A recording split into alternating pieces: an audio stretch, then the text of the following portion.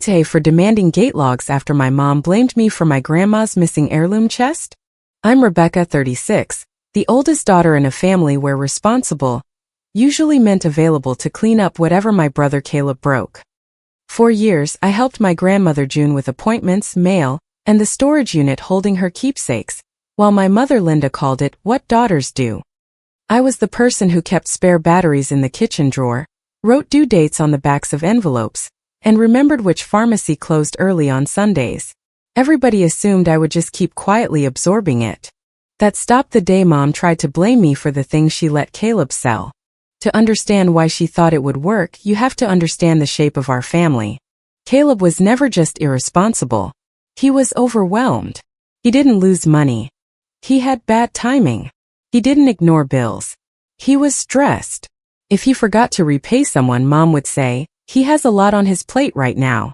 If I asked when I would get paid back, I was cold or transactional. Mom had a sentence she used so often that I could hear it before she even said it. "He's not strong like you." That sentence cost me more money than I want to admit. When Caleb needed a car repair covered, I helped. When he left Mom's phone plan unpaid and she came to me crying about late fees, I helped. When he borrowed from Grandma June and forgot because he was embarrassed, I was the one who made sure Grandma's grocery money still cleared. I didn't do it because I was noble. I did it because the alternative was a week of phone calls where Mom sighed into the receiver and said things like, "I guess I just thought family meant something. I used to think peace was worth the price." Then Grandma June downsized. June was 82, sharp as a tack, and very specific about her things. She had no interest in pretending every old object was priceless, but she knew what mattered to her. Her cedar chest had sat at the foot of her bed for decades. It smelled like wood, lavender sachets, and the cedar blocks she replaced every Christmas. Inside it were quilts her mother made, military letters from my grandfather, old photo envelopes with dates written in blue ink, and a jewelry case that mostly held costume pieces but also had 2 small rings from her sisters. There was also holiday china wrapped in newspaper, boxes of family photos, a stack of handwritten recipe cards, and a few labeled garage boxes that only made sense if you knew June. "Don't let anybody toss these because they don't know what they are," she told me when we packed the unit. I remember standing next to her on the concrete floor, writing labels with a black marker while she sat on a folding chair and bossed me around. "Photos top shelf," she said. I wrote photos top shelf, Grandma. Write old photos. Not everybody knows the difference between old and junk. So I wrote old photos top shelf. The storage unit wasn't big. It was one of those indoor rows with rolling doors, concrete floors, and fluorescent lights that buzzed when the hallway was quiet. We put the cedar chest against the back wall. The china went in 2 plastic bins. The photo boxes went on a metal shelf. I took pictures of the layout because I knew someone would eventually ask where something was. Grandma asked me to put the monthly fee on my card, and she paid me back by check when she remembered. Sometimes she wouldn't remember for a month or 2. I didn't care. It was less than the stress of wondering whether a payment had bounced. I had autopay confirmations in my email, and I kept the storage paperwork in a folder with her insurance forms and old receipts. To Mom, that became proof of my control issues. She said it lightly at first. At a family lunch when Ruth, my aunt, asked how Grandma's downsizing had gone, Mom waved a hand and said, "Rebecca has a whole system. You know her. Nobody can touch anything without a spreadsheet." I said, "It's an inventory list." Mom smiled. "See?" Everyone chuckled like it was harmless. A few weeks later, my cousin Leah mentioned it while we were helping June sort mail. "Your mom says you're being intense about Grandma's stuff," Leah said. I looked up from an envelope. "I'm paying for the unit and keeping a list." Leah made a face. "That's what she means." That should have bothered me more than it did.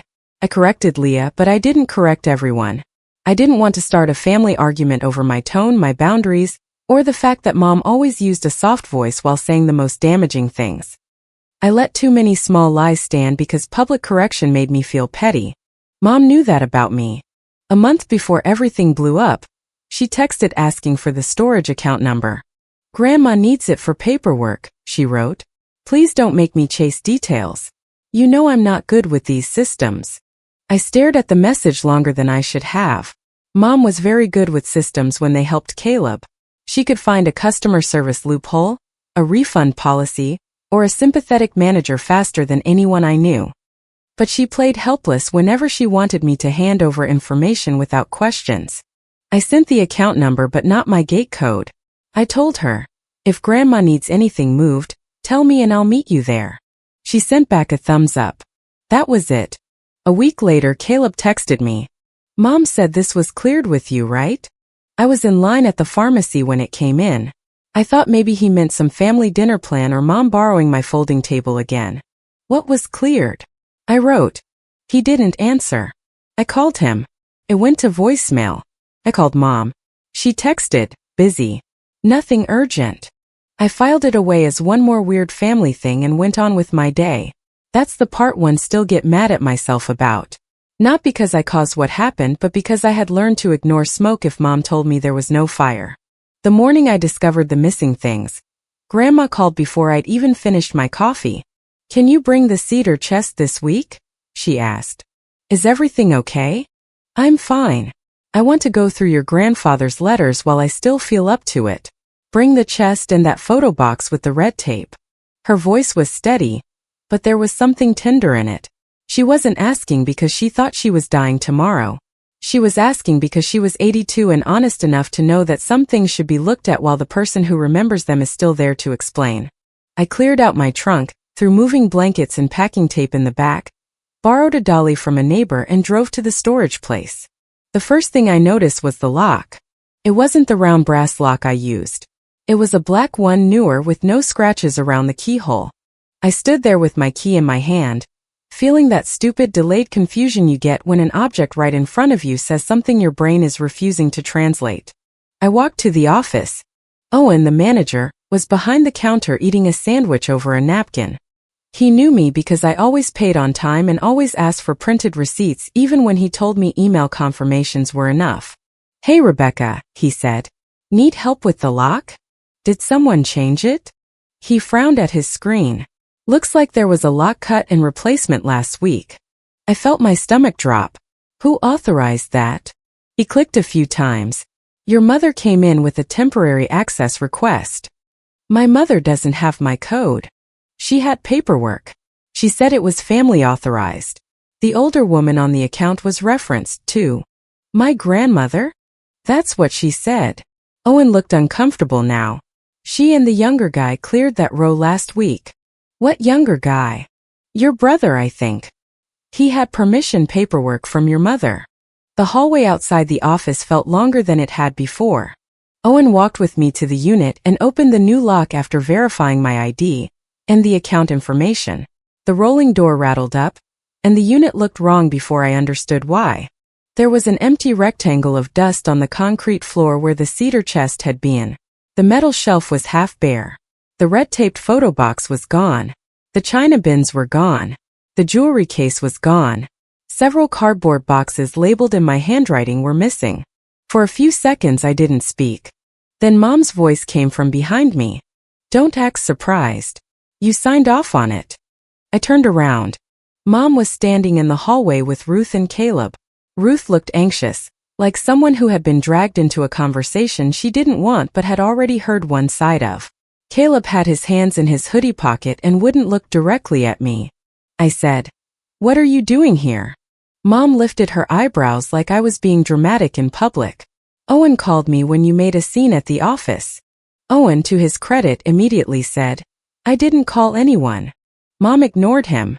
Rebecca, you told us the unit needed room. Caleb helped. Don't make this ugly. I never told anyone to clear anything. Caleb muttered. Mom said you did. Then Mom lied. Ruth inhaled sharply. Mom put a hand to her chest. This is exactly what I mean. You always make help look like theft. The word theft hung in the hallway. I looked at Caleb. Where is the cedar chest? He shrugged. I only took what Mom said was unwanted. The cedar chest was unwanted? I don't know, Rebecca. You had boxes everywhere. Nobody was using it. You mean Grandma wasn't using it because it was in storage? Mom stepped between us slightly. Don't embarrass your brother. He was trying to help. Where is the chest? Before anyone answered, my phone rang. Grandma June. I knew better than to put it on speaker, but Mom reached for the phone like she still had the right to manage the moment. Answer her, Mom said. Tell her what you decided. I stepped back. I decided nothing. I answered. Hi, Grandma. Did you find it? I looked at the dust rectangle. Mom raised her voice so June could hear. Rebecca said it was taking up space, Mom. Caleb handled it for her. There are times when anger comes in hot. This wasn't hot. This was cold enough to make my fingers steady. Grandma was quiet for a beat. Rebecca, she said. That is a lie, I said. I am standing in the unit. The chest is gone. So are the photos and the china. I didn't approve this. Mom snapped. Don't scare her. Grandma's voice changed. Linda, are you there? Mom's face tightened. Yes, and your granddaughter is being very difficult. Put me on speaker, June said. I did. Linda, Grandma said. Where is my cedar chest? Mom softened instantly. Mom, we're sorting it out. There was confusion. No, I said. There wasn't confusion. There was a new lock, missing property, and you telling people I approved it. Ruth finally spoke. Rebecca, maybe we should all calm down and talk somewhere private. I looked at her and I saw it. She believed Mom, or at least believed enough of Mom's version to think I was overreacting about old furniture. That hurt more than I expected. I almost yelled. I almost said everything I had swallowed for years. I almost told Ruth about every time Caleb's emergencies became my responsibilities while Mom called it family. Instead, I turned to Owen. Do access records exist? He looked relieved to have a procedural question. Yes. Gate logs tied to access codes. We also have office notes for temporary access requests. Mom said. This is ridiculous. I said. Then the record should help you. Owen nodded. I can provide the access record to the verified account holder. I'll need ID and authorization. I have both, I said. Mom stepped closer. Rebecca, stop. You're humiliating your own mother over old things. No, I said. You blamed me in front of people who trusted you. I'm done arguing memories. I want the access record. Caleb looked at Mom then. It was quick, but I saw it. Panic. That was the first crack. I didn't get the whole log immediately. Owen had to process it properly, print the temporary access note, and verify the request. I gave him what he needed and asked for copies of the lock change receipt, the temporary access request, and the gate entries for the last month. Mom kept talking while I signed the request. Your grandmother doesn't need this stress. Then why did you tell her I sold her chest? I said you wanted things cleared. Which was a lie. You're twisting my words. Good. The dates won't. Caleb muttered. You always act like you're better than me. I looked at him. Where are Grandma's things? He stared at the floor. Mom said. Enough. I left the storage place with no chest, no photos, no china, and a folder that wasn't full enough yet. In the car, I sat with my hands on the steering wheel and let myself shake for maybe 2 minutes. Then I started taking screenshots. Mom had already texted. Don't make this bigger than it is. Then, your grandmother is upset because of how you handled it. Then, call me before you start accusing people. I didn't reply. Caleb texted 10 minutes later. Mom said this was cleared with you, right? This time I answered. Who sold the china? His typing bubble appeared, disappeared, appeared again. You're making this bigger than it is. I wrote. Did you sell the china? No response. I took a screenshot. Then I went back through my messages from Mom and found the one where she asked for the account number. Please don't make me chase details. You know I'm not good with these systems. I took a screenshot of that too. I found Caleb's earlier message from the pharmacy line. Same wording. Same nervous setup. Mom hadn't been reacting that day. She had been building cover. I drove to Grandma June's and told her in person what was missing. She was sitting at her kitchen table with a legal pad in front of her and her old checkbook open. She had already written cedar chest at the top of the page. Under it, in smaller handwriting, she had started listing contents from memory. Letters. Quilts. Small jewelry case. Photo box with red tape. China. When I told her mom had claimed I approved it, June closed her eyes. I asked you to protect my things, she said. Not claim them. I know. Did you give Linda access? I gave her the account number because she said you needed it for paperwork. I didn't give her my gate code. June tapped her pen against the table. Then we get the records. That was Grandma. Hurt, yes. Shaken, yes. Helpless, no. I asked her, do you want to review the bank records too? She looked at me sharply. Why? Because if things were sold, I want to know whether this was just Caleb being Caleb, or whether money was missing before the sale. June sat very still. Then she said, make the appointment. The next morning I started searching online listings. I didn't have to search long. Facebook Marketplace had a sold listing for a holiday china set that looked exactly like Grandma's. Not similar. Exact. The little blue border. The tiny chip on the edge of one serving plate that Grandma complained about every Thanksgiving when I was a kid. In the pickup photo, the china was stacked beside storage boxes. In the corner of the photo was the back bumper of Caleb's truck with the same dent near the tail light. The seller profile wasn't Caleb's main account. It used a nickname and no clear face picture. But I knew that truck. The sold date was 3 days before Mom claimed I had agreed to clear anything. I took screenshots of the listing, the seller profile, the pickup photo, and the date. Then I messaged the buyer politely. Hi. I am trying to locate some family property that may have been sold without the owner's permission. Did you buy this china set from a man named Caleb? I am not asking you to get involved beyond confirming the date and who sold it. I expected to be ignored. The buyer responded that afternoon. Yes, his name was Caleb. Picked it up last Saturday. He said his sister was cleaning out a family unit and wanted it gone fast. I sat there staring at the message. His sister. He had used me in the sales pitch. I asked if the buyer would be willing to send a simple written confirmation with the date, the name he used, and the phrase about his sister. They agreed. I didn't threaten them or demand the china back. I knew they might have bought it in good faith. I just needed the truth anchored outside my family. Then Leah called me. I heard something, she said, sounding miserable. What did you hear? Your mom told Ruth you were upset because you wanted to decide what happened to June's things. She told Ruth that today? No. Last week. Actually, wait. I heard paper moving. Leah was the kind of person who kept calendar notes for everything. She texted me on Tuesday. She said, Rebecca is getting cold about old things. I think she wants the unit cleaned out her way. Tuesday, I repeated. The listing was already marked sold before that. Leah went quiet. So she wasn't explaining what happened, I said. She was covering what already happened. Leah sighed. I don't want to be in the middle. Dates are dates. I know, she said. I'll send you the screenshot. That was the moment the whole thing shifted in my head. Until then, I was still leaving room for Mom to have made a terrible judgment call, panicked and lied badly.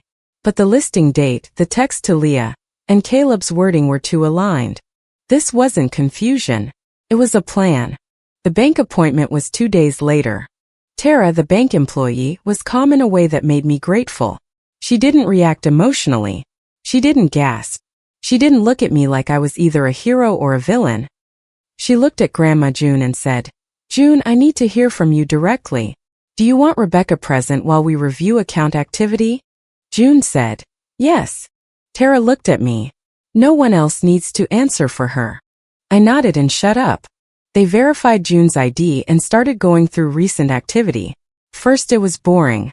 Groceries. Pharmacy. Insurance. A utility bill. Then June pointed at a Zelle transfer and frowned.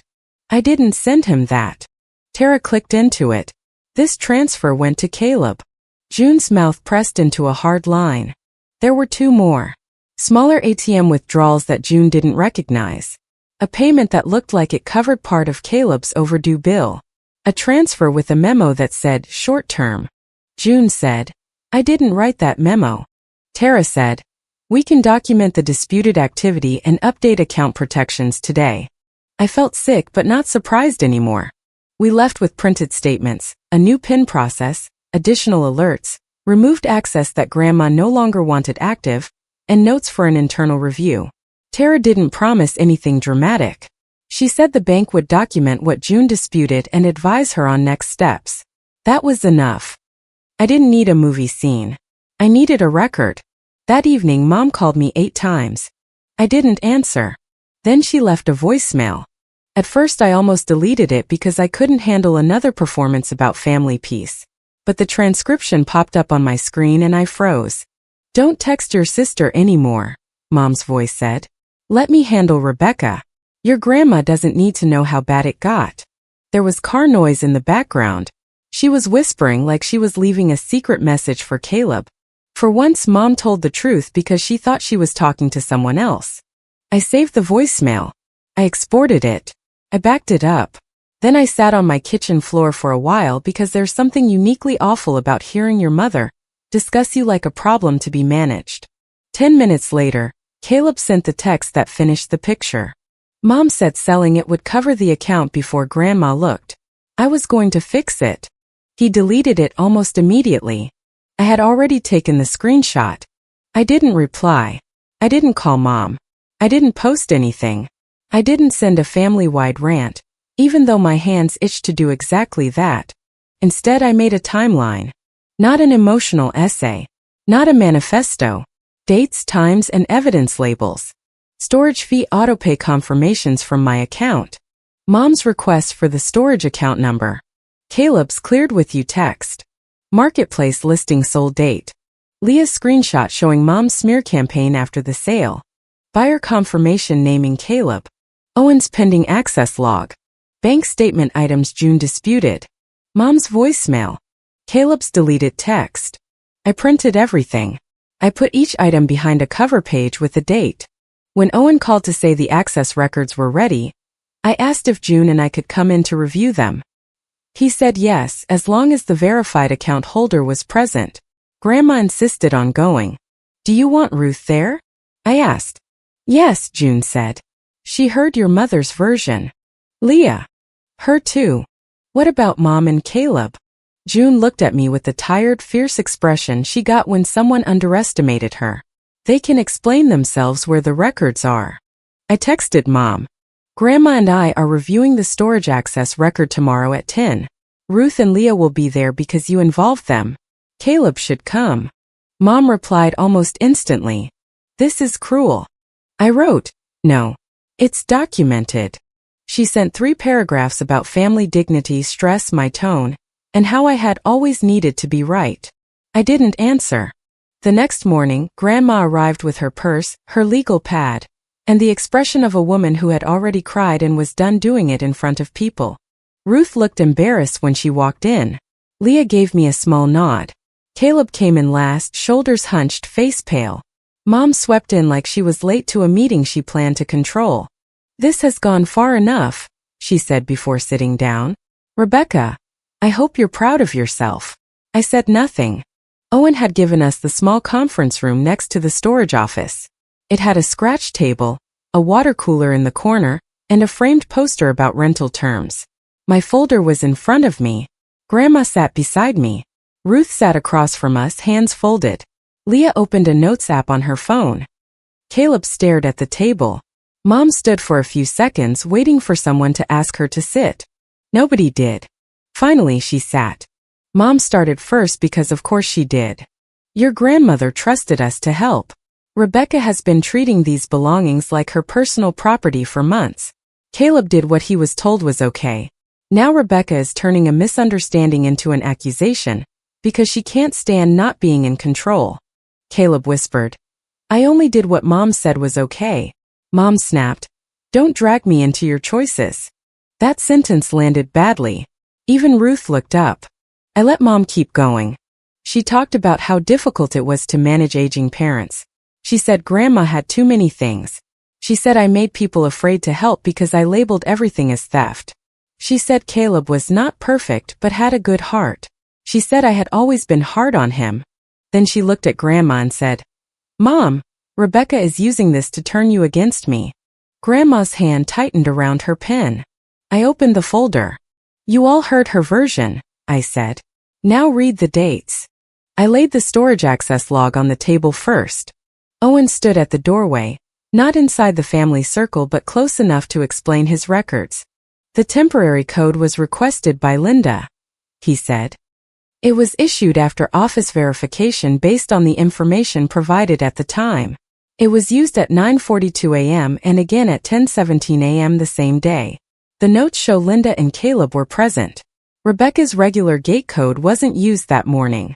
Mom said, "That doesn't prove anything except that I was helping." I placed the lock change receipt beside it. "The lock was cut and replaced that day," I said. "I wasn't called. Grandma wasn't called."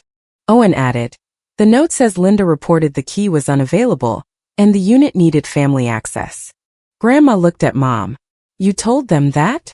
Mom said, "I was trying to keep things moving." I placed the marketplace listing next. "The china was listed before you told Leah I wanted the unit cleared.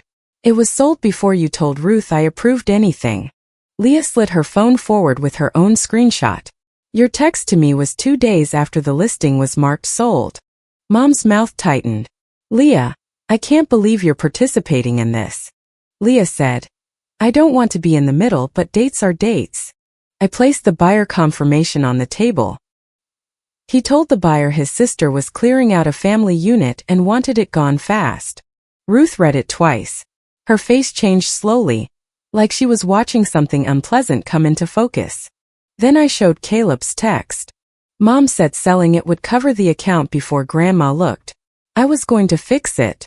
Caleb rubbed both hands over his face. Grandma whispered, "Cover what account?" I placed the bank statements down. Tara wasn't at the storage unit, but she had printed the disputed activity after Grandma requested it.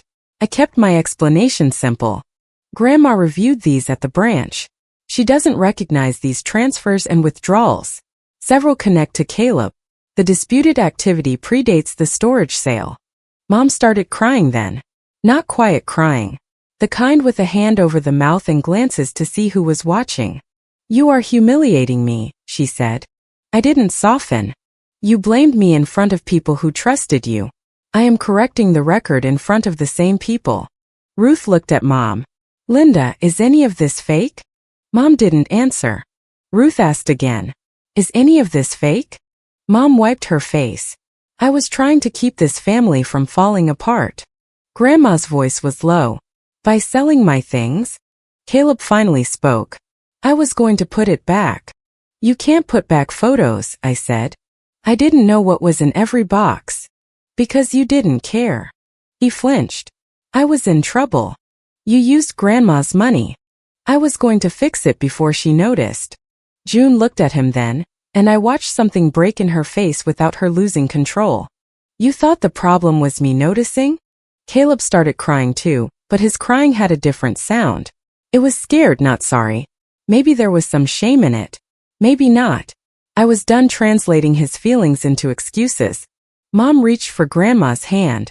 "Mom, please." He panicked. I panicked. Rebecca is making it sound uglier than it was. Grandma pulled her hand back. "Give me the key, Linda." Mom blinked. "What?" "The key." "Mom, don't let her do this." Grandma's voice sharpened. "Rebecca didn't do this. You did." The room went silent. Mom dug through her purse with shaking hands and dropped the new lock key on the table.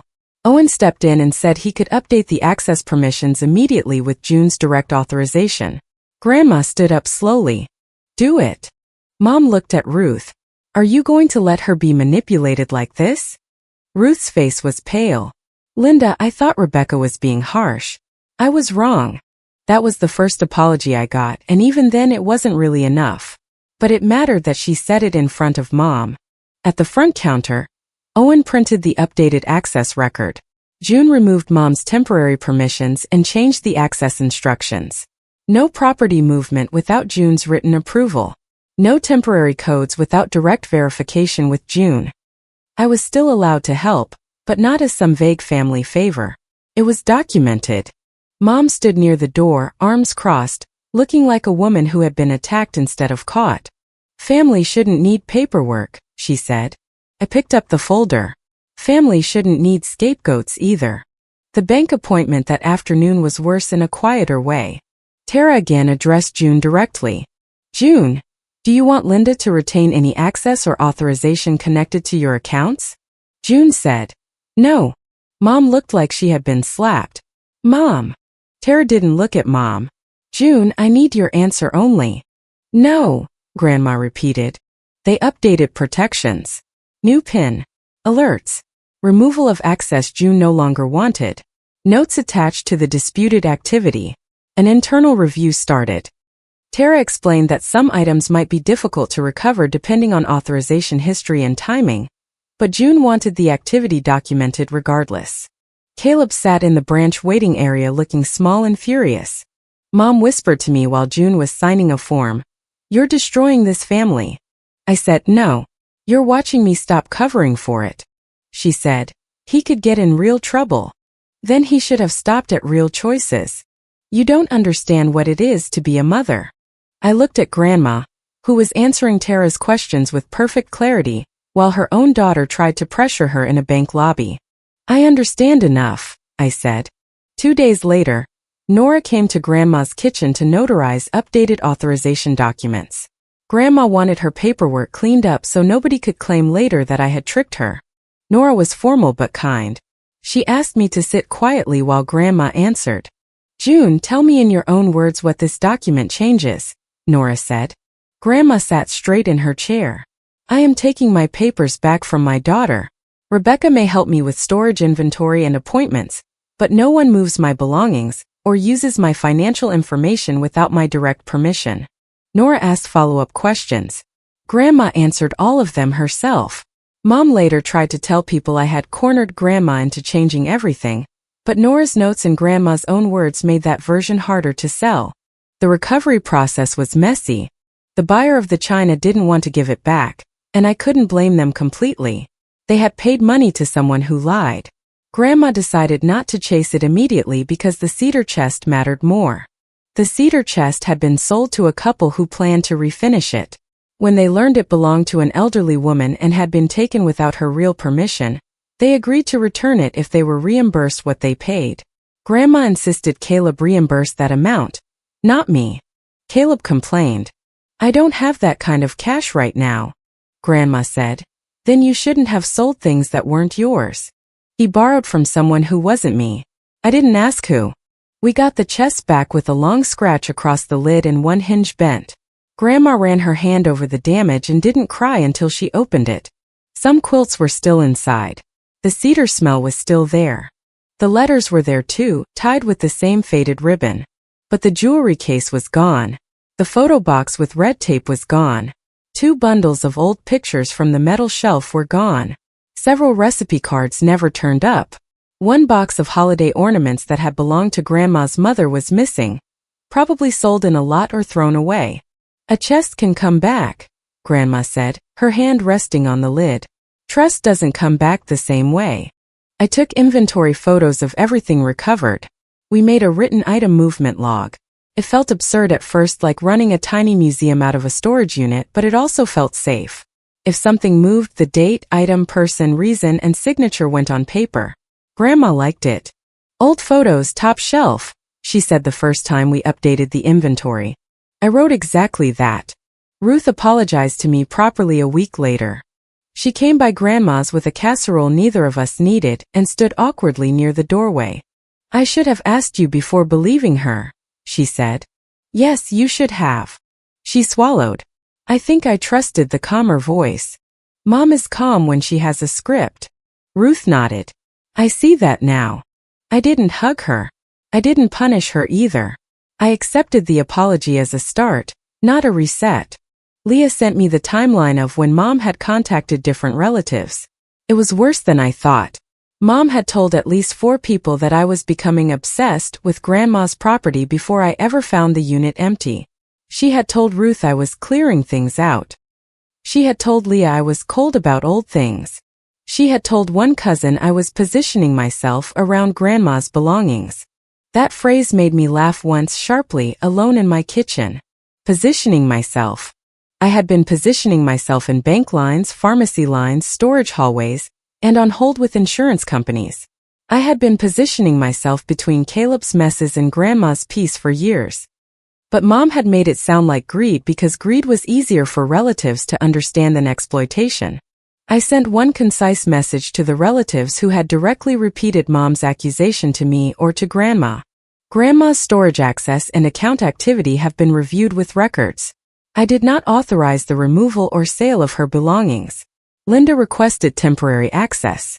Caleb sold items and used my name as the excuse. Grandma has updated storage and banking permissions. Please do not repeat the claim that I approved or benefited from this. I attached nothing dramatic. No voicemail. No bank records. No buyer messages. Not unless someone pushed. One cousin replied with a thumbs up. Another wrote, "This should have stayed private."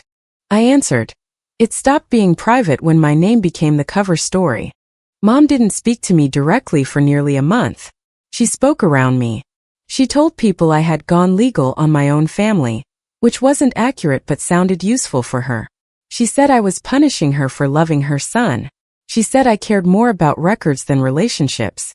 Then Grandma required Caleb to sign a repayment agreement. Not an instant magical fix. Not a movie ending. A written plan. Amounts tied to what could be documented. The cedar chest reimbursement. The disputed transfers Grandma identified. A portion of the missing items based on sale confirmations and estimates. He didn't repay everything at once. He couldn't. The point was that the debt now existed outside Mom's emotional fog. Caleb sent me an apology after the agreement. It was long. Too long. He wrote that he had been under pressure. He wrote that he knew it looked bad. He wrote that Mom had made it seem like I was okay with it. He wrote that he never meant to hurt Grandma. He wrote that I had always made him feel judged. I read it twice. Then I replied, "Your stress is not repayment. Your explanation is not accountability. Pay Grandma." He wrote back, "So you don't accept my apology?" I didn't answer. Mom finally called from a blocked number. I answered because I was expecting a call from someone helping repair the cedar chest. Her voice was soft. "Rebecca." I almost hung up. She said, "Please don't. I'm your mother." I stood at my kitchen counter and watched coffee drip into a mug I had only made for myself. For years I made 2 cups without thinking when I was upset because Mom used to come over and talk through whatever family problem needed my labor. That morning there was only 1 cup. "What do you need?" I asked. "I need you to stop making me sound like a criminal." "I'm not making you sound like anything. You handed people a version that makes me look heartless. You blamed me for Grandma's missing things. I panicked. You planned." A pause. Then her real voice came out. Not the soft one. The hard one underneath. "You have no idea what it's like watching your child drown." I said, "I know what it's like being handed the bill for it. He is your brother. And June is your mother." She inhaled sharply. "Don't lecture me about my mother. Then stop using me to lie to her." She cried again. I let the silence sit between us. Finally she said, "You always had to be difficult." There it was. The word that used to make me explain myself. Difficult. Harsh. Cold. Controlling. All the labels that meant I had stepped out of the role they preferred. This time I didn't correct her. "Okay," I said. That made her angrier than an argument would have. "Okay. Yes. So that's it. For vague family favors, yes. For covering for Caleb, yes. For being blamed, yes. You're going to regret treating your family like strangers." "No," I said. "Strangers usually ask before taking things." I hung up. After that, the family adjusted around the new boundaries because they had no choice. Not happily. Not neatly. But clearly. I stopped paying random expenses unless there was a written agreement. When Mom asked if I could just handle one of Grandma's bills and be reimbursed later, I said, "Send the bill to Grandma and we'll document it." When Caleb asked if he could come to the storage unit to look for stuff that might sell to help repay her, Grandma said, "Absolutely not." Before I could even respond, the storage unit got reorganized. The cedar chest was moved somewhere safer. The remaining photos were scanned. The old receipts June kept in envelopes were sorted and labeled. We photographed the quilts, the china pieces that remained, the letters, and the boxes that hadn't been touched. Grandma signed the inventory pages herself because she liked the finality of it. "This isn't because I don't trust anybody," she said one afternoon, watching me tape a label to a plastic bin. I looked at her. She sighed. "Fine. It's because I trust some people differently now." That was honest enough.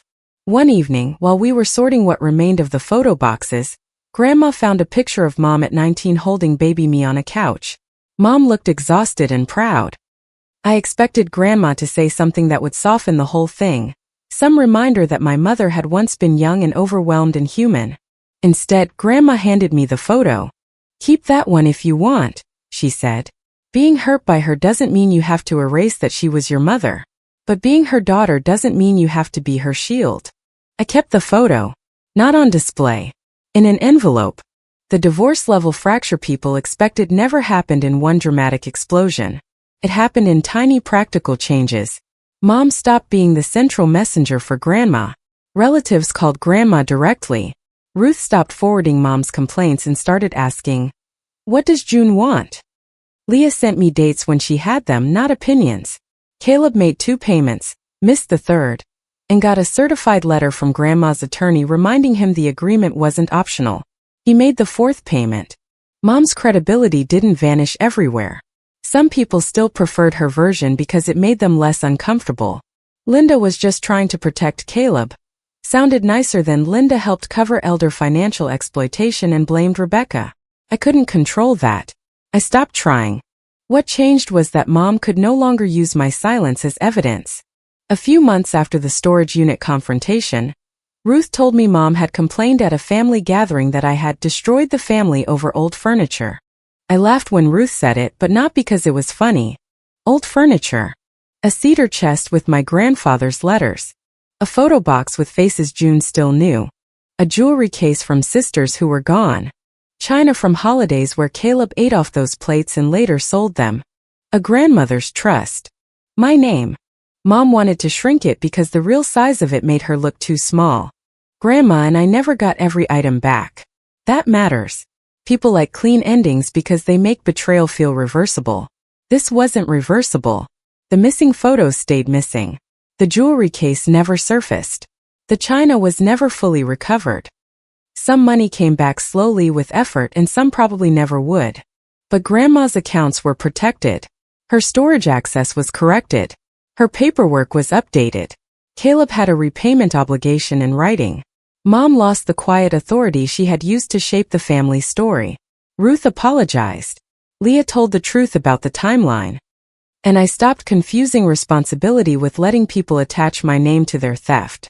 The last time Mom tried guilt, she texted, "I hope being right was worth losing your family." I wrote back, "I didn't lose my family. I lost the job of being blamed for it." She didn't answer. Now when Grandma needs help, we do it with names, dates, and signatures. Not because I love her less. Because I love her enough not to let vague family trust become another hiding place for people who take. And for the first time in my life, when someone calls me difficult, I let the word sit there without rushing to prove I'm kind. Difficult is better than useful to liars. I didn't destroy my family over old furniture. I stopped letting them use me as the receipt for things they stole. If you liked it, don't forget to leave a comment and support the channel by subscribing. See you in the upcoming stories.